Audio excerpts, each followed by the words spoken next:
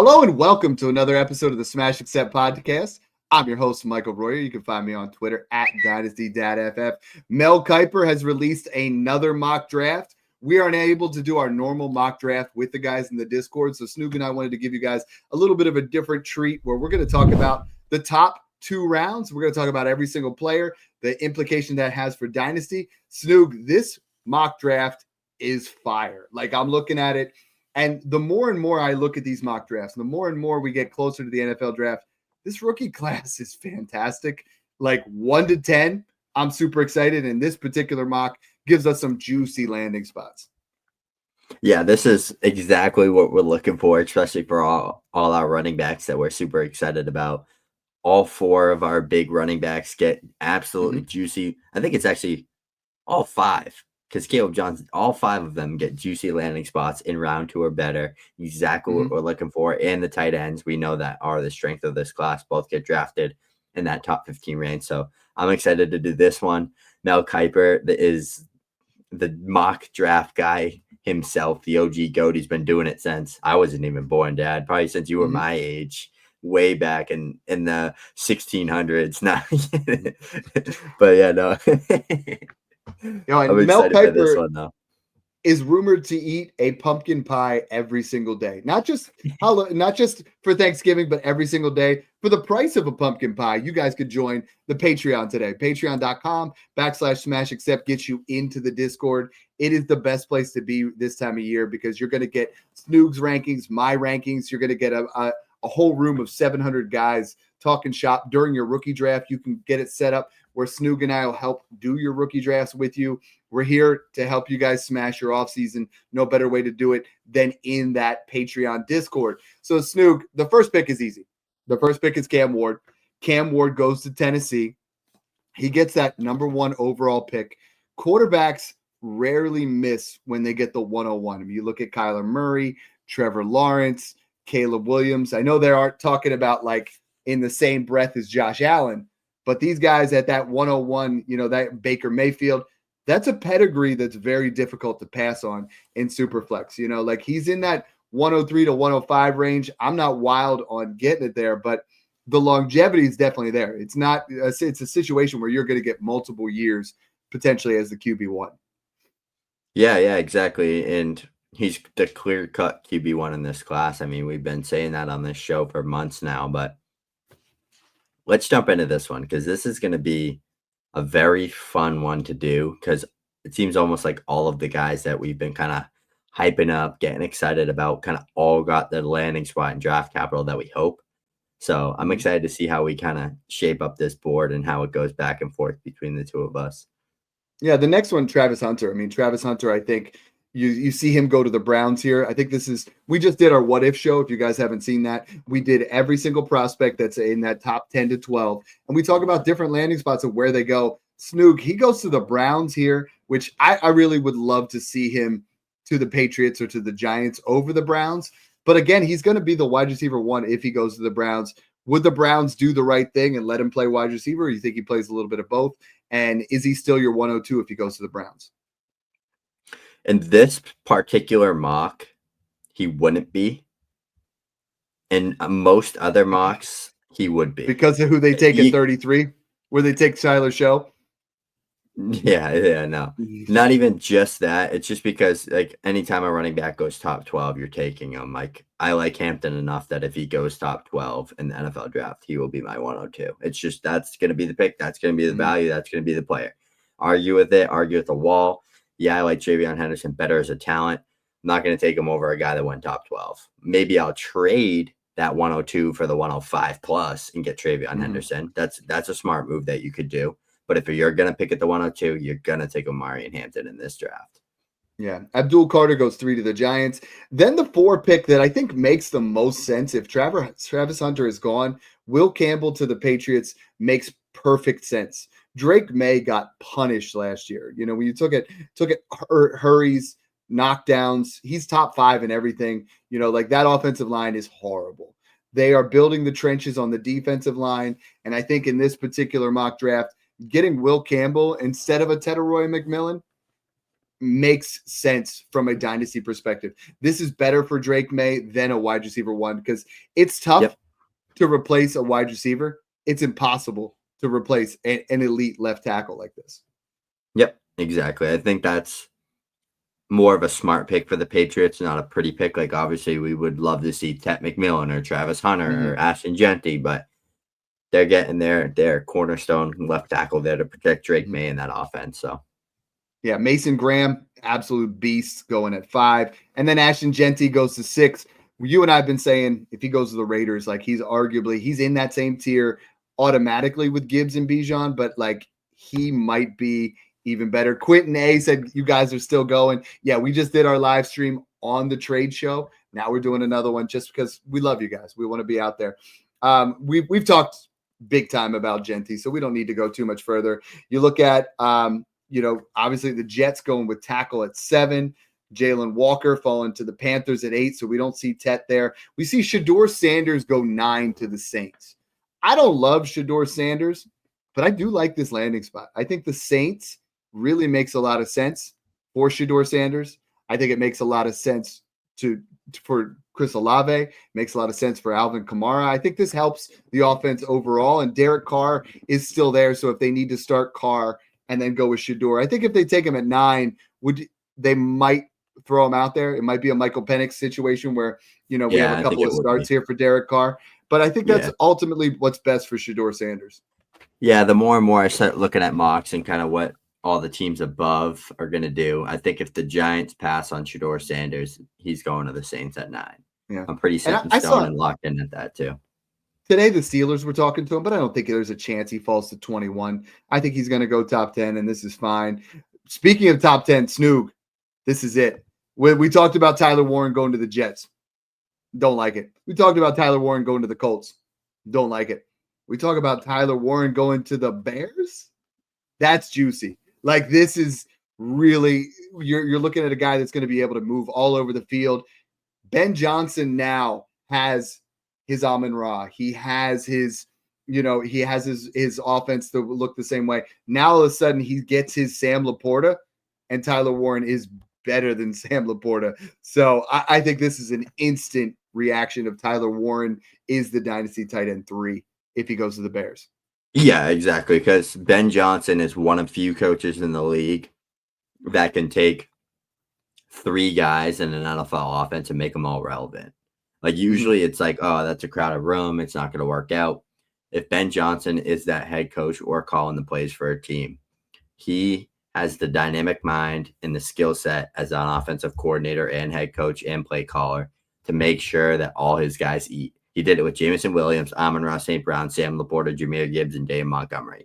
I think he can do it with a better quarterback in Caleb Williams, better upside than a Goff, with a DJ Moore, Rome Odunze, and Tyler Warren very comfortably. And in this mock, Treyveon Henderson too. So it's absolutely juicy, but love that pick. He's getting top 10 draft capital. In this case, he has to be a top 5 to 6 rookie pick.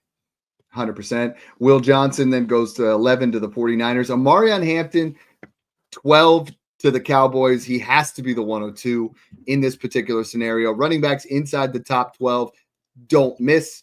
The hit rate is just through the roof. And we had a couple guys. Every time I say that, people are like, what about Trent Richardson? People forget T. Rich was a top 5 running back his rookie year. And that's the Browns. Nobody's more dysfunctional than the Browns. And that's why I think Travis Hunter to the Browns versus Omarion Hampton to the Cowboys changes this scenario a little bit. We've talked a lot about Omarion Hampton, so we don't need to go deep into this one.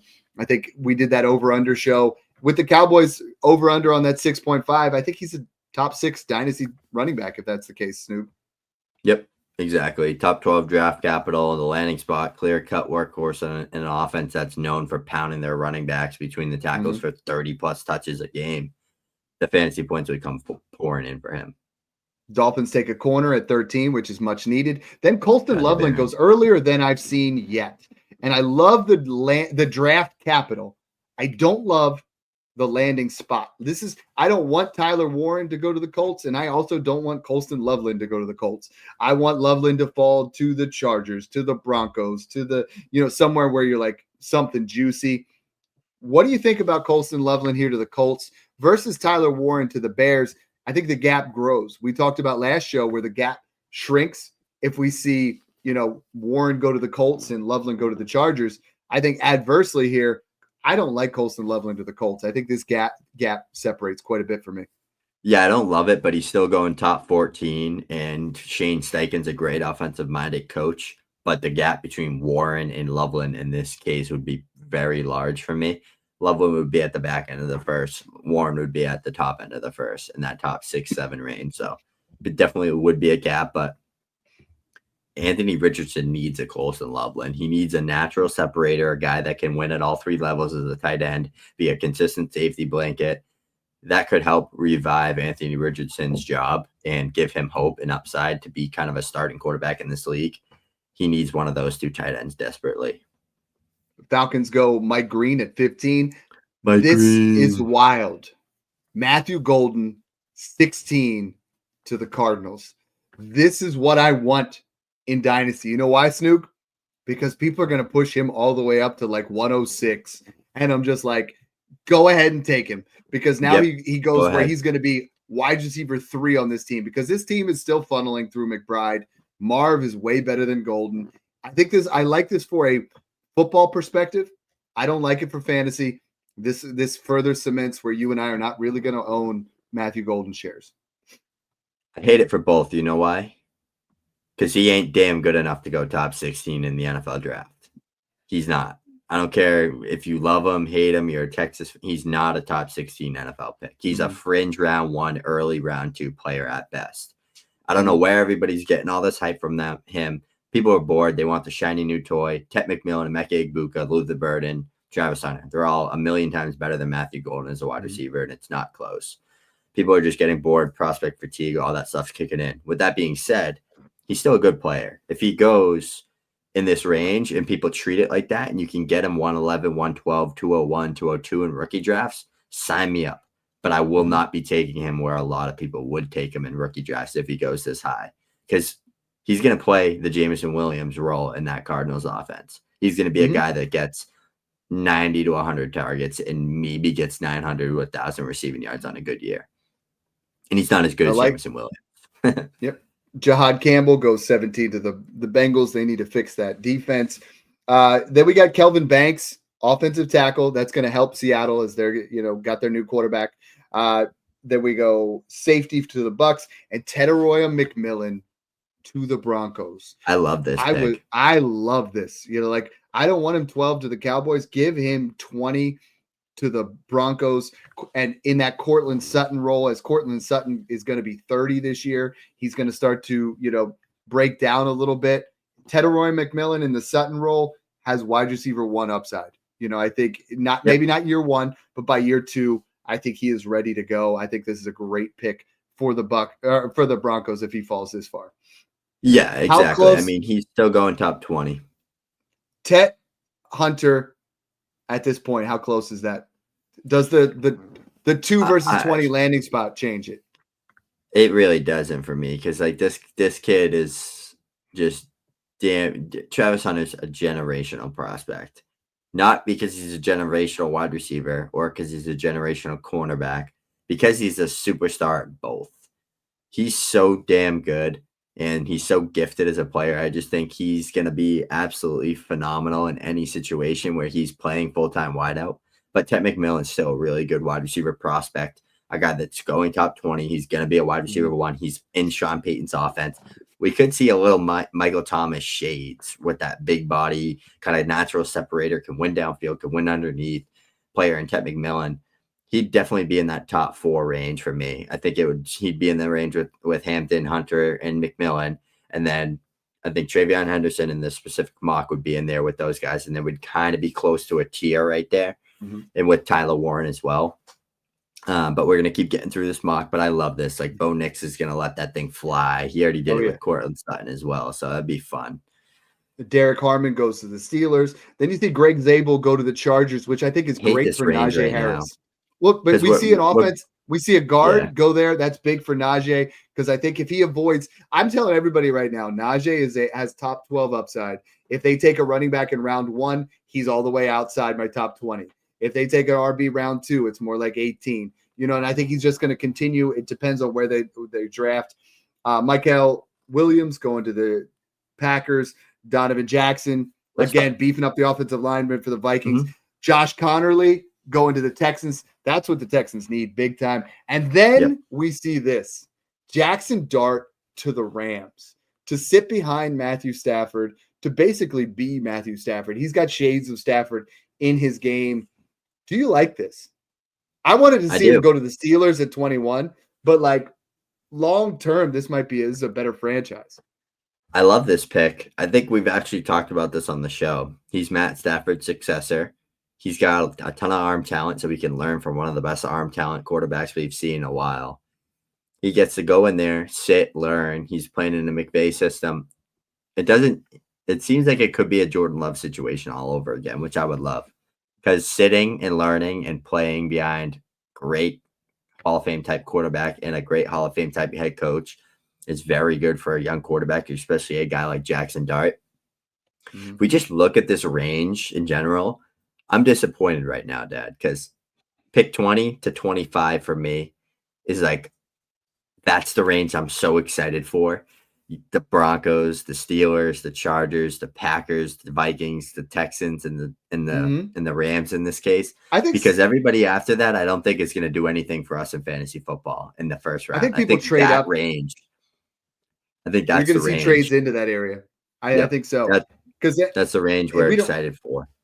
And there's nothing else. There's no other offensive weapons that go at the end of round one. Now we look at round two. Tyler Shough to the Browns and Jalen Milroe to the Giants. And if you didn't hear that, I like that one for sure, because I think it would give him an opportunity to really, if he goes to the Giants and we see him inside, both these guys, are they worth second round super flex picks given the situation?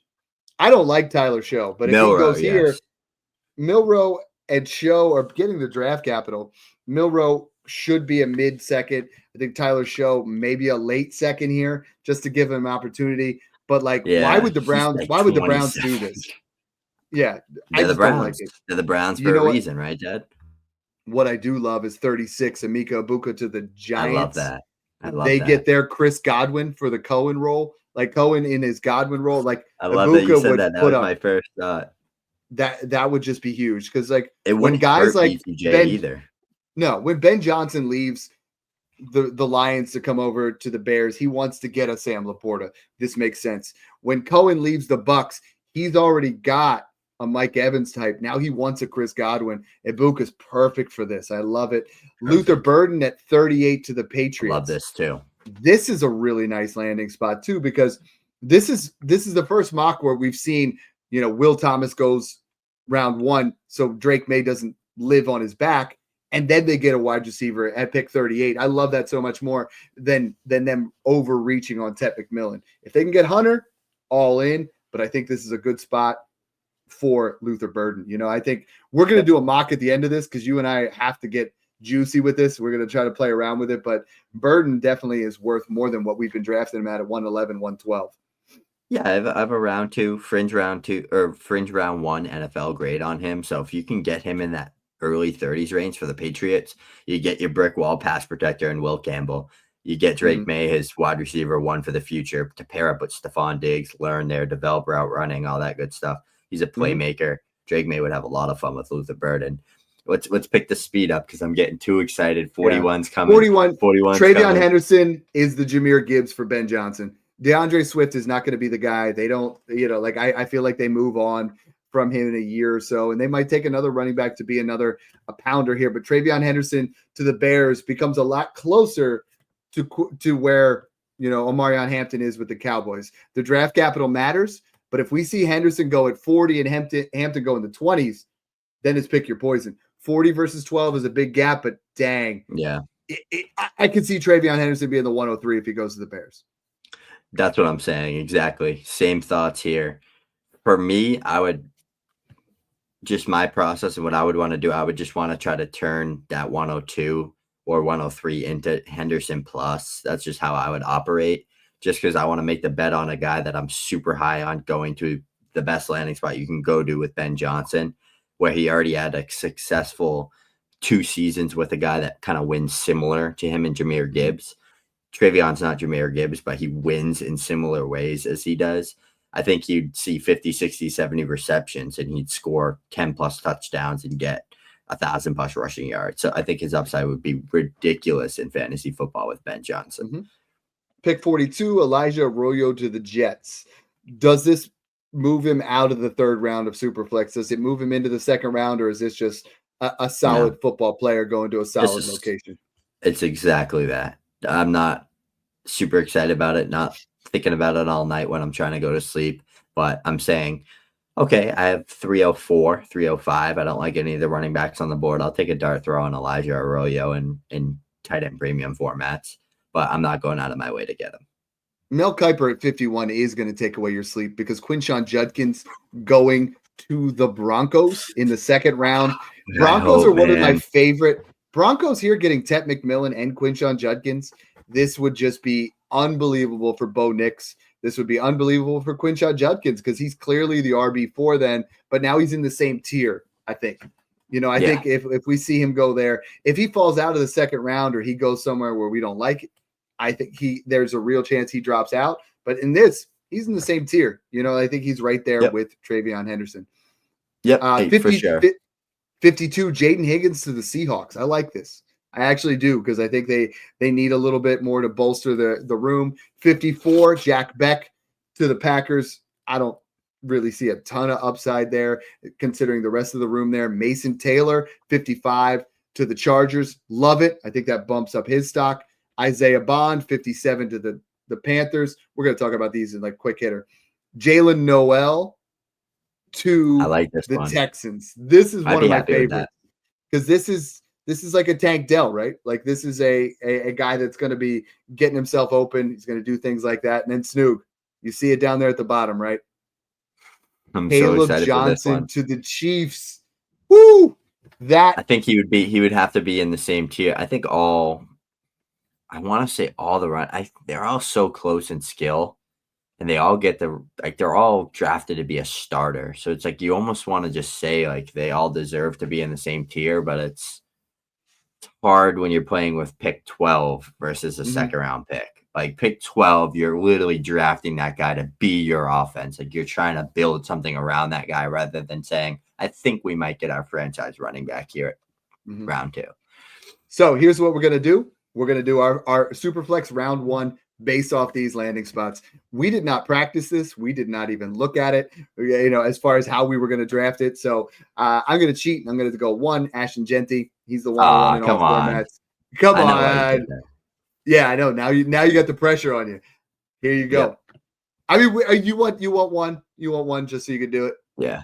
Yeah. Give me you one. Get Jeanty. I'm taking Omarion Hampton too. Okay. I think given that Cowboys landing spot, he really has top 5 or 6 dynasty running back upside. I don't think he has the longevity that Ashton Jeanty is going to have because he is a physical force. He does not shy away from contact, but I think you're going to see a guy that really can dominate in an offense with the Cowboys. And, if they beef up the offensive line a little bit more, could see, you see them in the second and third round start to take some O linemen. I think we have a real superstar on our hands. We set it back up. You can have 3. Travis Hunter is my pick 3 right now. You don't see a player go second overall often that's playing wide receiver position. For the Browns in this case, they have good DBs. They have good cornerbacks already. I could see him playing a little bit of corner. He wants to play both ways. It's going to happen. He's going to be their primary wide receiver 1. He's going to be a guy that goes out there, trains at wide receiver, gets 150 plus targets through his first couple of years. He's going to be a superstar wide receiver in the NFL. He's going to be a top 10 to 12 guy at some point in time. And he's going second overall. He's going to be the Browns franchise. Like you're taking him to be that guy right now. I love this spot and I love the draft capital. And I love the talent. So I'm not going to fade away from it. Yeah, I want the Patriots or yeah, I want a different situation for him. But in this case, not everybody. It's Garrett Wilson to the Jets all over for me again. Like I'm just going to have to suffer and watch it and hope he gets 170 targets every single year. But I like this spot for me. Won the Bolena Coffee. Had 1,200 plus yards playing both ways. He can do it. He's a superstar wide receiver in the making. So this is the area where if I know my league mates because I know Snoog and I know who I would draft just so I know who I can get the next guy. But for this particular, I'm going to pretend I don't know and I would take Cam Ward. I would have taken Treyveon Henderson because I know Snoog wouldn't take Cam Ward with the next pick. So we'll kind of play it around here. But I'm going to take Cam Ward here because we're talking about Superflex. The quarterbacks are the most important position. I could see tearing down off him, but I think Cam Ward at 104 makes a lot of sense. He was the best player in college football at the quarterback position. I want him where I can get him. I'm going to take him here at 104, and then I'm going to leave the difficult choice here at 5 and 6 in this particular draft. 5, 6, 7 really got tight. 5, 6, 7, 8 for me is tough, but I'm going to go with Treyveon Henderson here at 5. I love the landing spot for McMillan, but I want the upside here. And to me, the highest upside pick right now with who's left on the board is Treyveon Henderson with Ben Johnson in the Chicago Bears offense. We know what they did to rebuild that entire offensive line. This is a team that could thrive once they kick in, get the chemistry going, get things together with Ben Johnson's offense. He could see a ton of red zone opportunity. If he's healthy year one, he's finishing as an RB1. He's going to finish as a top 10 guy, and he's going to be a top 5 to 6 dynasty running back after his rookie season. That's how high I would be on Treyveon Henderson to the Bears, a guy that you could argue in that 102 to 103 spot, but you're going to probably get him in the 105, 106 spot in every single league. So probably my favorite pick of the draft right now with the value. I think the next pick is equally as good. Tetairoa McMillan gets a juicy landing spot and falls to 106. You could argue Tetairoa McMillan at 2 or 3 because he's that good, but he falls to 20. He goes to the Broncos. He's going to be in that Sutton role, back-to-back 1,300-yard seasons, a guy that seems like he would be an absolute lock for 1,000 yards and 10 touchdowns in his first 2 seasons. I think his value is just only going to go up at the wide receiver position, and that's 6 now. And Snoog, I still think there's 2 more guys here that are like almost 3 guys that got elite landing spots where those picks are starting to get more and more exciting. I left Judkins here for you, but he's got to be the pick at 7, right? Is he over Tyler Warren going 10 to the Bears? That's what I'm geez. On. This is what's wild, right? I love me some Judkins, but this is where you just block out who you like, and you take the best player on the board. In this case, it's Tyler Warren going 10th overall to the Chicago Bears with Ben Johnson. Again, he gets another superstar weapon with DJ Moore, with Rome Odunze, with Treyveon Henderson. He's literally taking the Lions offense, bringing it to Chicago. He already built that stud offensive line. He gets his superstar tight end. He gets his stud running back, and he gets his wide receivers. This is I could see the Bears doing it. You know why? Because they don't, in this case, they probably don't see an edge on the board, even though I think Mike Green would be a great pick for them. They don't see an edge worth it to reach on one. They don't have it. They can get luxurious with this pick, the Bears, and that's why they did. I like Tyler Warren here. 0.75 or higher. He's probably going higher in rookie drafts, but I play in 0.5 in most of mine, so I'm just going to go with him here. That's a great pick. I'm going to take and I think you're 100% right there. And you could argue Tyler Warren should go as high as 4.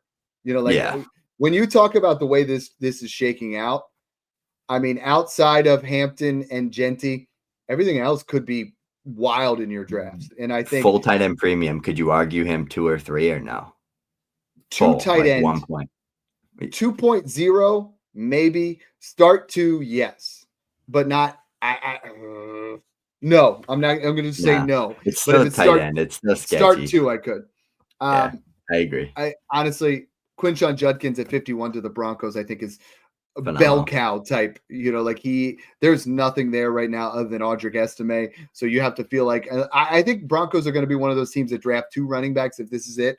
Maybe they take a Todd Brooks late, or they take Rashard Smith, something like that, someone a little change of pace. But Quinshon Judkins has top 10 dynasty upside. Guys, go out and check out our over-unders. We had him at 10.5. If he goes to the Broncos, he's inside that top 10 for me. So I was going to ask you that. I was going to say, you and I both have Hampton, Henderson, and Judkins all in that top 10 and 12 already. Where it's almost like we're expecting this to happen, right? We're expecting Hampton, Judkins, Henderson to all get top 35 to 42 draft. I don't think they're making it past the Bears at 41, and I don't think they're making it past the Cowboys at 44. So I literally think this is one of the first draft classes we can confidently say we can watch the running backs get drafted to be the franchise guys. Remember the 2020 class? It was like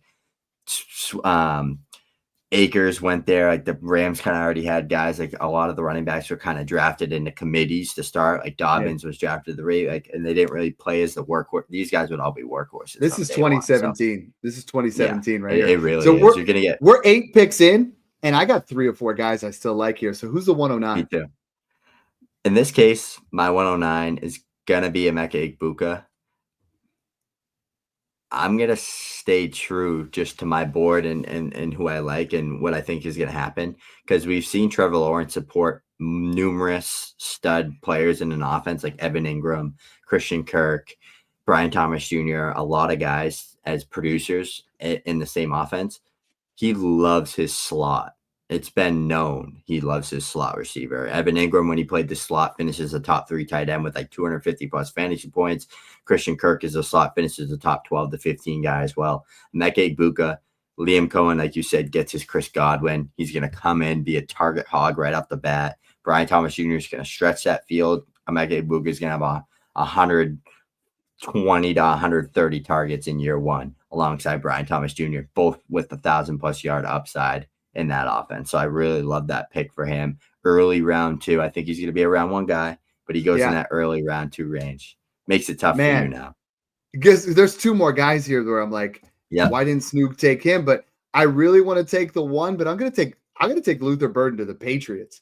I want to take Caleb Johnson there, but I think, or even Colston Loveland, but I think Luther Burden to the Patriots is a 130+ target type rookie season, where he could really increase in value. The only reason I'm taking him over Caleb Johnson is I think Johnson would still be behind Pacheco, but Luther Burden as the wide receiver 1, I think it would literally skyrocket in value. And getting him at 110 feels like stealing in this particular draft, but this is how good this class is at the top. People keep trashing it.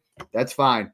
You guys can keep winning because you guys are paying attention to that. 111. Is it Caleb Johnson or is it Colston Loveland? It's Caleb Johnson for me because he's getting round 2 draft capital to the Chiefs. The upside of if he wins and when he wins that starting role, getting round 2 draft capital, checks that box. Came in at 6'1", 224. Absolute brute frame. Very patient, decisive runner. Can break a ton of tackles. Can run through arm tackles. Can run you over. Can win with speed, even though he had a 4.57 on the field. Or in shorts, but on the field, he runs a lot better than that, a lot quicker than that. To me, he's a 3-down workhorse in this Chiefs offense. They usually like to run a little bit of a committee. You probably see Samaje Perine in there for 3rd downs and little stupid things like that, but he has 10+ rushing upside from a touchdown perspective in this offense year 1 if he wins that role. So I love this type of upside. The late first, you're just shooting for a young running back that's 21 years old that gets round 2 draft capital. That is a good prospect that would have been RB1 last year. I love the process here with Caleb Johnson. I want to keep going with this because 112, I'm actually taking Sheduer Sanders. Like, he goes top 10 in the draft.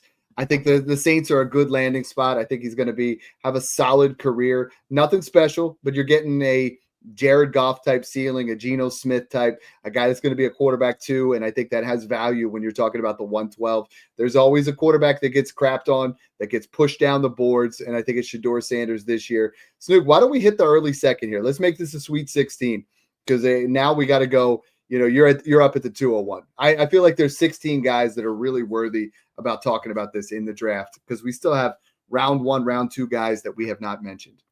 Yeah, give me Colston Loveland. He gets that top 15 elite draft capital. Dare I say he would be the best receiver weapon on the Colts? I think he would be. There with Adonai. I think Adonai Mitchell is literally better than Michael Pittman at this point, but I think he'd be like right there as the number 1 target pretty closely, and he makes the offense with downs Anthony Richardson's life so easy that he'd just be a consistent guy underneath for him with yak ability, and I think the draft capital speaks for how Shane Steichen would use him. We saw what he did with Dallas Goedert there over in Philly as the OC. I love this landing spot for him from a value perspective. I don't love it for taking him 109, 108, but if I'm getting him at 201, 202, 14th to the Colts, sign me up all day for that value. Yeah, at 202, I'm going to take Matthew Golden. Again, you got to love the draft capital. I mean, if he goes top Yep. 16, you mentioned it, and I think it was perfect. I got Kyler Murray behind me on my shoulder. I think this would be great for Kyler Murray. He can still throw the deep ball. I think it's a Jameson Williams type offense where he's going to get. You said it right. I mean, 1,000 yards and occasionally a 8 or 9 touchdown season. It's not going to be crazy volume. He's not going to see 140, 150 targets, but 90, 105, something like that. I think Matthew Golden would be firmly inside the top 24 dynasty wide receivers with this landing spot. I don't think I'll be owning a lot of them, but I think the value is there. And that's 202. We're 14 guys deep. I see a lot of guys I still like on the board. Who are you taking at 203?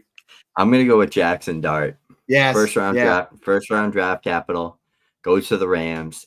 He's a guy you're viewing to be a Michael Penix type. You're not expecting, I didn't think Penix was going to start or play at all last year. I thought he was just a 1-year punt type of player.